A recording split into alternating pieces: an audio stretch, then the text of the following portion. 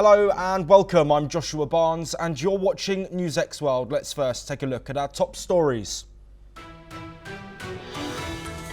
Rescue operations in Myanmar and Thailand are still ongoing after Friday's 7.7 magnitude earthquake. China says rescuers have pulled 4 survivors from Mandalay, while signs of life have been detected in the collapsed Bangkok skyscraper. US President Donald Trump says the real pain is yet to come as further strikes target the Iran-backed Houthi rebels in Yemen. The US says strikes earlier this month had killed the top Houthi missile experts. Meanwhile, the United States says it expects all parties on the ground in Gaza to comply with international law after 15 emergency and aid workers were killed by the Israeli military. The US spokesperson declined to comment if the US was investigating the deaths. Israel says it has targeted a Hezbollah operative in southern Beirut after overnight strikes in Lebanon's capital, reportedly killing at least 3 people. Israel says the operative was helping Hamas in attacks against Israel. China has launched further military drills around the self-governed island of Taiwan as tensions continue to rise in the region. China also called Taiwan's President Lai Ching-te a parasite. Meanwhile, Chinese Foreign Minister Wang Yi says that his nation and Russia are friends forever, never enemies, during a visit to Moscow. Wang is on a 3-day trip for strategic talks, while US relations and the Ukraine war are also discussion points. French far-right leader Marine Le Pen says she is innocent and would be appealing her ban from running for office for 5 years after being found guilty of misusing EU funds. Elon Musk says the ruling will backfire, while Le Pen said the decision was political. The Trump administration has deported more alleged gang members to El Salvador despite a court order halting removals under the Alien Enemies Act. Media reports suggest these deportations have been made under general immigration laws.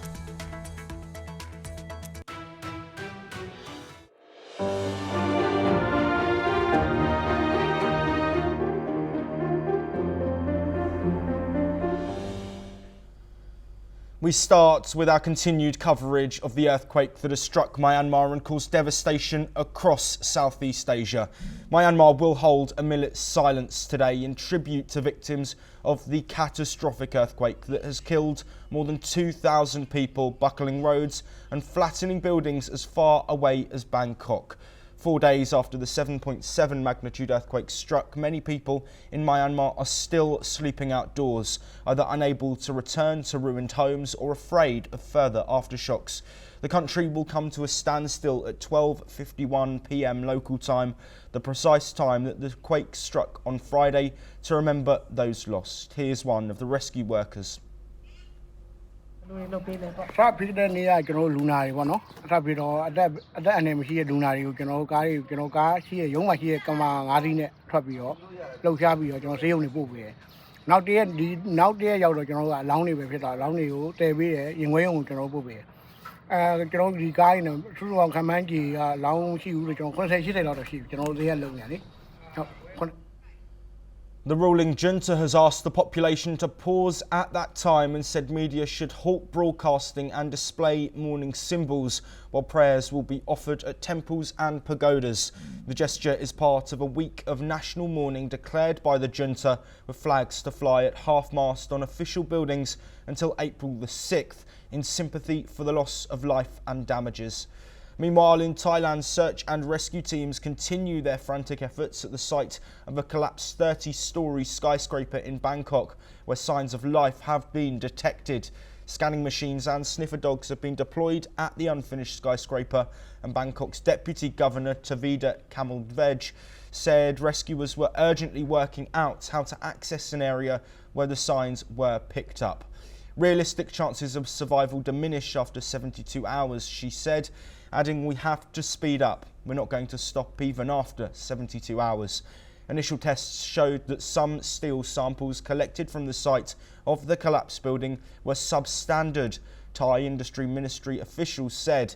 The government has launched an investigation into the cause of the collapse, which has so far claimed 19 lives in Thailand, with dozens still missing under the rubble.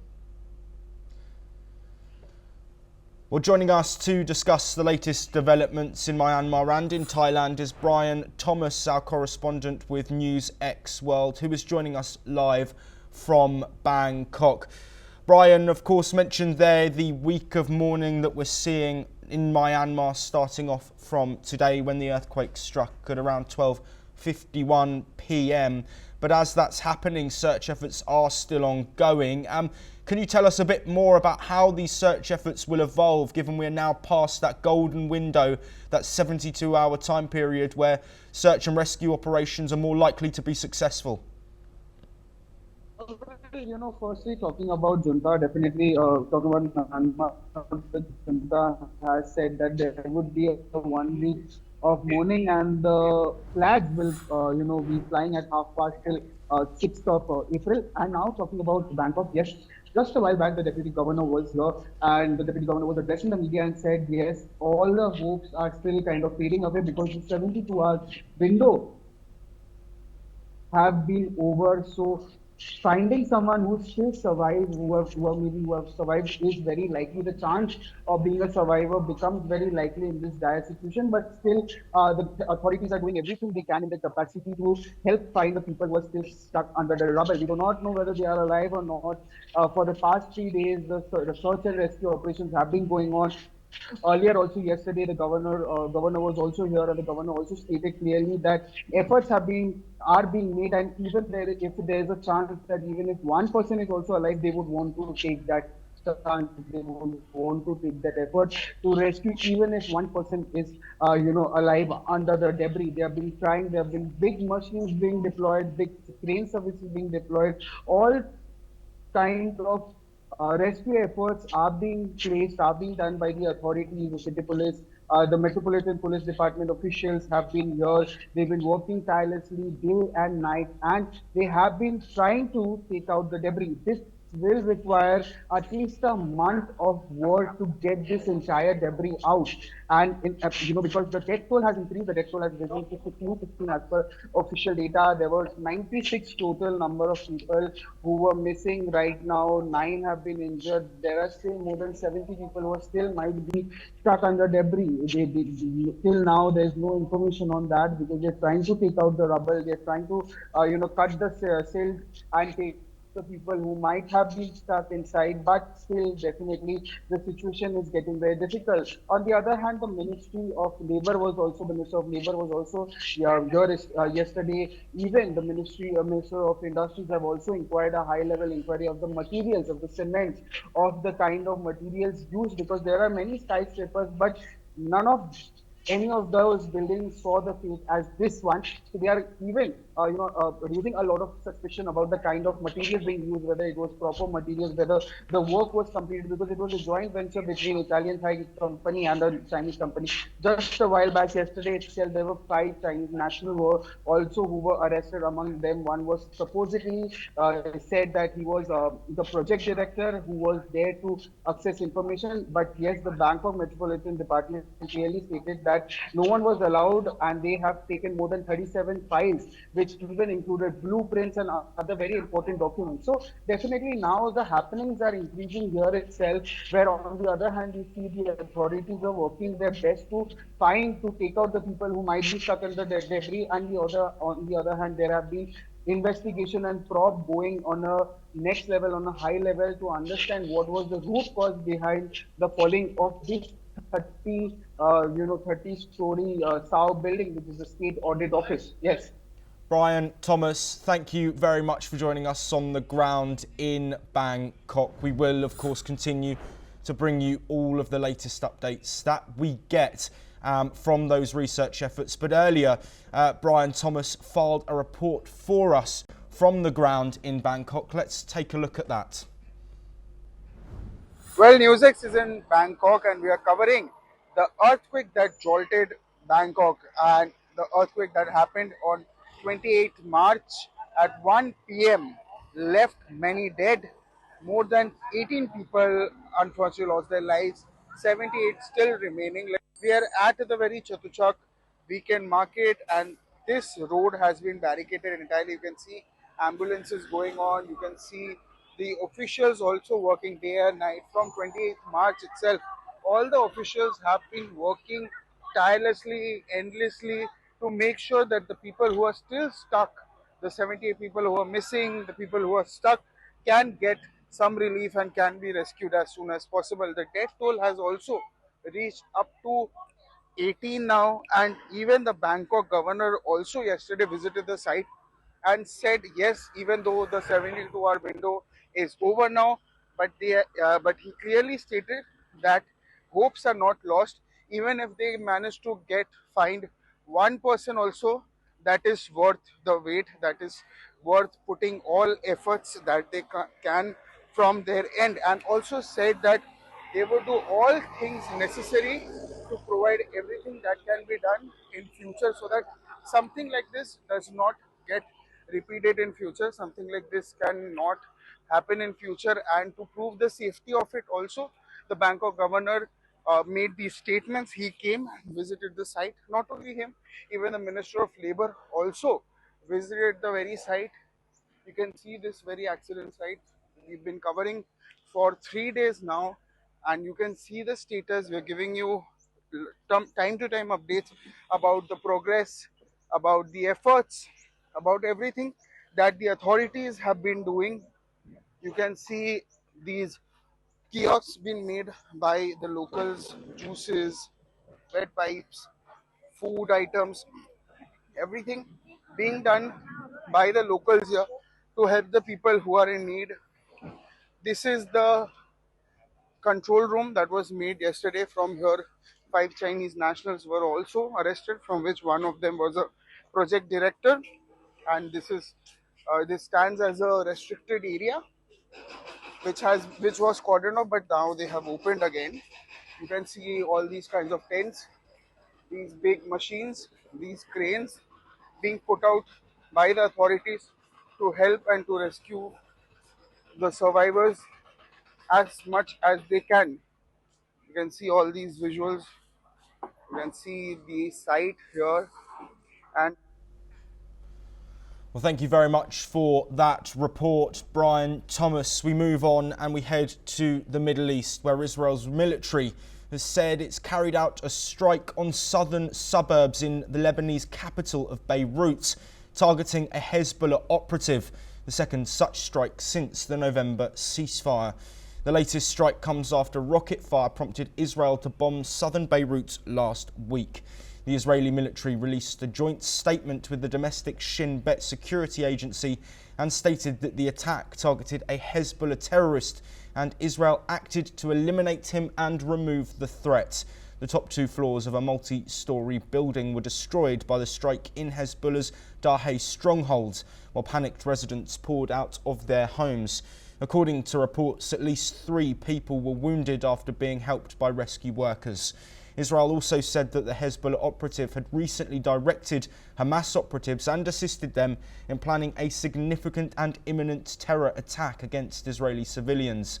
Meanwhile, Israeli Prime Minister Benjamin Netanyahu had warned that the country's military would strike everywhere in Lebanon against any threat after Lebanon's rocket fire. Staying in the Middle East, and Israel's Prime Minister Benjamin Netanyahu testified for around 2 hours before investigators at his office in Jerusalem. This open testimony is part of an investigation known as Qatargate, which examines alleged business ties between associates of Netanyahu and the Qatari government. Prime Minister Netanyahu then slammed the investigation as politically motivated, denouncing the arrest of 2 of his aides. Let's listen in. זאת אומרת, הבנתי שיש פה חקירה פוליטית, אבל לא ידעתי עד כמה. והם מחזיקים את יונתן אוריך ואת אלי פלדשטיין, פשוט מחזיקים אותם כבני ערובה, מררים להם את החיים, על כלום ושום דבר. The arrests ratchet up political tensions in the country, where the government is trying to fire both the domestic security chief and attorney general while expanding the power of politicians over the appointment of judges. Meanwhile, Israeli Prime Minister Benjamin Netanyahu has picked former Navy Commander Eli Shavit to head the country's domestic security agency. However, Shavit is not expected to assume office until April the 8th, the date when the Supreme Court is scheduled to rule on the dismissal of the current Shin Bet chief, Ronan Bar. Staying in the Middle East, a senior Hamas official has called for armed resistance worldwide in response to Israel's latest evacuation order in southern Gaza. Sami Abu Zuri urged supporters to take up weapons against what he described as a plan to displace Palestinians. Israel's order warns residents to leave a large swathe of southern Gaza, including Rafah, as the military intensifies its campaign against Hamas. Thousands of civilians have begun moving toward designated safe zones, carrying what little they can. Here is what the citizens said. نزلوا خريطة اليوم تحديث للخريطة حمراء كليتها كل رفح تطلع وهياتنا بنمشي وفيش سيارات وفيش مصاري نركب وفيش سيارات تودينا كمان واضح زي ما انت شايف معنا صار معنا شنط صرنا كل اغراضنا ورانا. Well, Prime Minister Benjamin Netanyahu reaffirmed Israel's commitment to the voluntary migration plan initially proposed by US President Donald Trump. While Arab nations have firmly rejected mass displacement, Israeli Defense Minister Israel Katz has confirmed efforts to facilitate voluntary departures. The United Nations and humanitarian groups have condemned the continued violence, citing a worsening humanitarian crisis. UNRWA Chief Philippe Lazzarini criticised Israel's handling of Gaza civilians, calling them pinballs in a game of military orders. The renewed offensive followed the collapse of a ceasefire and unsuccessful negotiations with Hamas. The Hamas-run health ministry reports over 50,000 deaths since the war began, while Israel says Hamas's October 7th attack killed 1,218 people, with several hostages still being held by the militant group. US President Donald Trump vowed on Monday that strikes on Yemen's Houthis will continue until they are no longer a threat to shipping, warning the rebels and their Iranian backers of real pain to come. Shortly after Trump's threat, Yemeni rebel media said 2 US strikes hit the island of Camaran off the Hodeidah coast. Houthi-held parts of Yemen have faced near daily attacks since the US launched a military offensive on March the 15th to stop them threatening vessels in key maritime routes. The first day alone, US officials said they killed senior Houthi leaders, while the rebels' health ministry said 53 people were killed.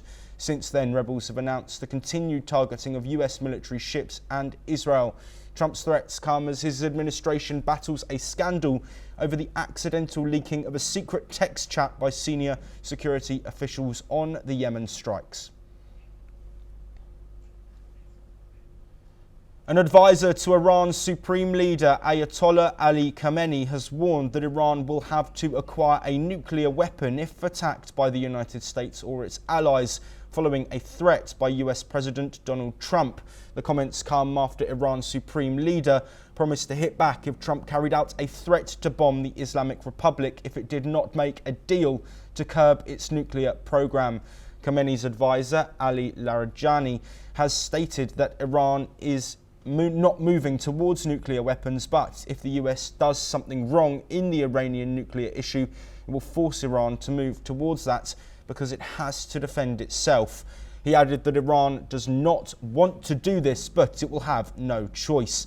Previously, Trump has said that there will be bombing if Iran did not agree a nuclear deal, and has also threatened to punish Tehran with what he calls secondary tariffs. Despite Trump's comments, it is not clear if he was threatening a US bombing or an operation coordinated with another country. China's military has kicked off joint exercises involving its Army, Navy, Air Force and Rocket Force around Taiwan as a stern warning. This comes days after US Defense Chief Pete Hegseth vowed to counter China's aggression on his first visit to Asia. The drills, which will see China's armed forces close in on Taiwan from multiple directions, mainly focus on sea-air combat, readiness patrols, joint seizure of comprehensive superiority. As per reports, it will also focus on assault and maritime and ground targets and blockade on key areas and sea lanes to test joint operation capabilities of China's troops. In the meanwhile, Taiwan's Defence Minister Wellington Koo has said that Taiwan is paying close attention to the Chinese military activities and that China is an obvious troublemaker. Let's listen in. 我想在这边也要说明啊，就是说他这样子的一种作为，可以充分的反映他对这个区域和平稳定的一个破坏啊，这个显而易见是一个非常明显的一个麻烦的制造者。那解放军，我想最近也有很多报道出来，有很多相关贪腐的问题，我觉得对他们应该还要好好的解决这些他们内部上面的问题哦。那而不是在这个区域制造这个对于现状和平现状这样子的一种。Moving on, US President Donald Trump has said his administration has been in touch with North Korean leader Kim Jong-un and that the two sides could engage each other at some unspecified point. The US leader, who met with Kim 3 times during his first term and became the first sitting American president to enter North Korea, emphasised his very good relationship with Kim. Trump also referred to North Korea as a big nuclear nation. The US, while North Korea has taken a muted approach to dealing with Trump in the first months of his administration. It's unclear how long this period of relative calm will last. While speaking on the ties of the two countries, Trump also referred to North Korea as a big nuclear nation and called Kim a little rocket man. Let's listen in. Well, I do. I have a very good relationship with Kim Jong-un. Now, you people hate to hear that, but it's very important. I got along with him fantastically, as you know. It started off very rough, very nasty. Little rocket man, the whole thing was a nasty deal. And then one day we got a call that they'd like to meet. We met. We have a great relationship. And yeah, we have, there is communication, yeah. I think it's very important. You know, he's a big nuclear nation, and he's a very smart guy. Well, joining us to discuss these latest developments is Jim Rice, a professor of international law, who's joining us from Vigan in the Philippines. Well, thank you very much for joining us, Jim. I want to look at these relations first. We know, of course, during Trump's first term, he met with Kim Jong-un. The rhetoric he's using seems to show one of potential unity. How do you think this relationship might play out over the rest of Trump's second term? Thanks for having me on, Joshua. It's great to be here on your show, and thanks for your excellent coverage of the Taiwan situation. Regarding Trump and Kim Jong-un, I think that his record in his first term shows really nothing but theater over substance. In all of this time, he talked about beautiful love letters, and he talked about his excellent relationship, but there was actually nothing of substance whatsoever. Jim, looking at the implications of this, of course, Trump mentioning the fact that North Korea is looking to utilise nuclear capabilities. In terms of where you're based in the Philippines and also other nations across Asia and Southeast Asia, is there a fear here that Kim Jong-un may use this as sort of momentum to push forward with his goal of having nuclear weapons ready to use if needed? That's an excellent question, Joshua. Thanks for that. As you mentioned, I live in Vigan, which is the northwestern part of Luzon Island. We're just across from the, to the South China Sea, and more pertinently, we in the Philippines and this region have been facing the aggression and the territorial incursion into the Philippine maritime territory over the past, I guess, several years now. And what the PRC military has been doing, along with their maritime militia is just not only to illegally occupy what has been adjudicated to be Philippine maritime territory, but also to plunder the natural resources, just go after it in a big way, basically hoovering up all of the fish and all of the marine animals and destroying the coral. Yes. So yeah, we're very concerned, but China is the more immediate threat to the people of the Philippines, and the people here are really waking up to this threat. Absolutely, Jim, of course, and the threat that you've mentioned, a serious concern for nations not just in Asia, but also across the world. Do you think Trump's approach here is almost looking to ease these relations so that there's less risk on the US? And do you think that might backfire? Well, yeah, I think that the backfire part is right. I mean, Trump's bellicose moves to annex Canada, which is absurd, and to annex and occupy Greenland, which is equally absurd. Absolutely. To me, it gives the green light. It gives the green light to Xi Jinping, and for that matter, for other aggressor states, to invade, say, Taiwan. What is the difference, really, between Xi Jinping invading and occupying Taiwan and Trump seizing Greenland?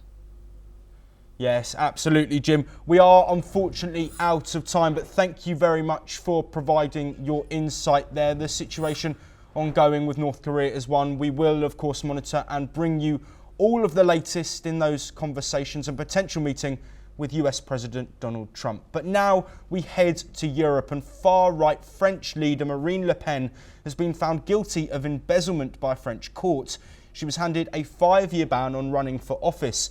This will effectively block her from running for the 2027 presidential race with immediate effect pending appeals. She was also handed down a 4-year prison sentence, including 56-year-old Le Pen. 24 other party officials from her National Rally Party were also convicted over a scheme where they took advantage of European Parliament expenses to employ assistants who were actually working for her own party.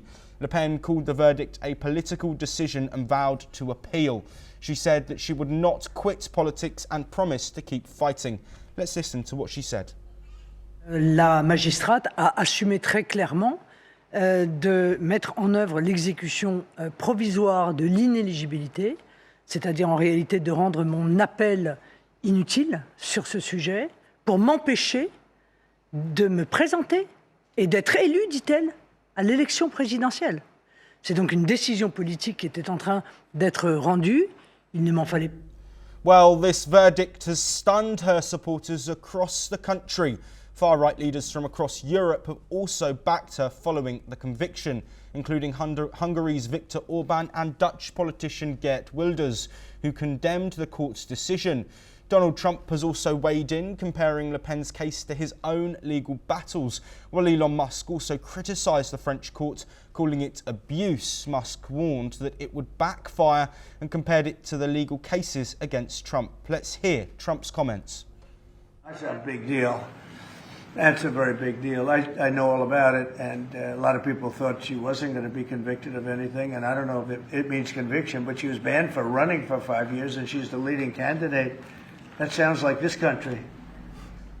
With Le Pen potentially out, her party may turn to 29-year-old Jordan Bardella as a candidate. Bardella is currently the president of the National Rally Party. Le Pen says she will fight back, but for now her path to the presidency does seem closed. Well, joining us once again to discuss the ramifications of this court ruling is Jim Rice, again the professor of international law, joining us from the Philippines. Jim, we are running short on time, but I just want to get your opinion on the reactions that we've seen from world leaders and far-right leaders. Why do you think they are showing support for Le Pen, given the criminal proceedings that we've seen? Well, I think that the responses by the far-right leaders, including Trump and Musk, are essentially showing contempt for the rule of law. It seems quite obvious that the French prosecutors and the French judiciary have taken a case of corruption, of embezzlement. They weighed the evidence according to the law. She was found guilty, and she's been sentenced. It's not a political case. I commend France and the French judiciary for what it has done. Trump is interfering, and Musk is interfering in the internal affairs of the French, and they're doing it for political reasons. Yes, Jim, just to end this discussion, a very simple question. Do you think there is a route back to politics and a potential chance at the presidency for Le Pen? That remains to be seen. From what I understand, it's going to take several years before she is able to run again.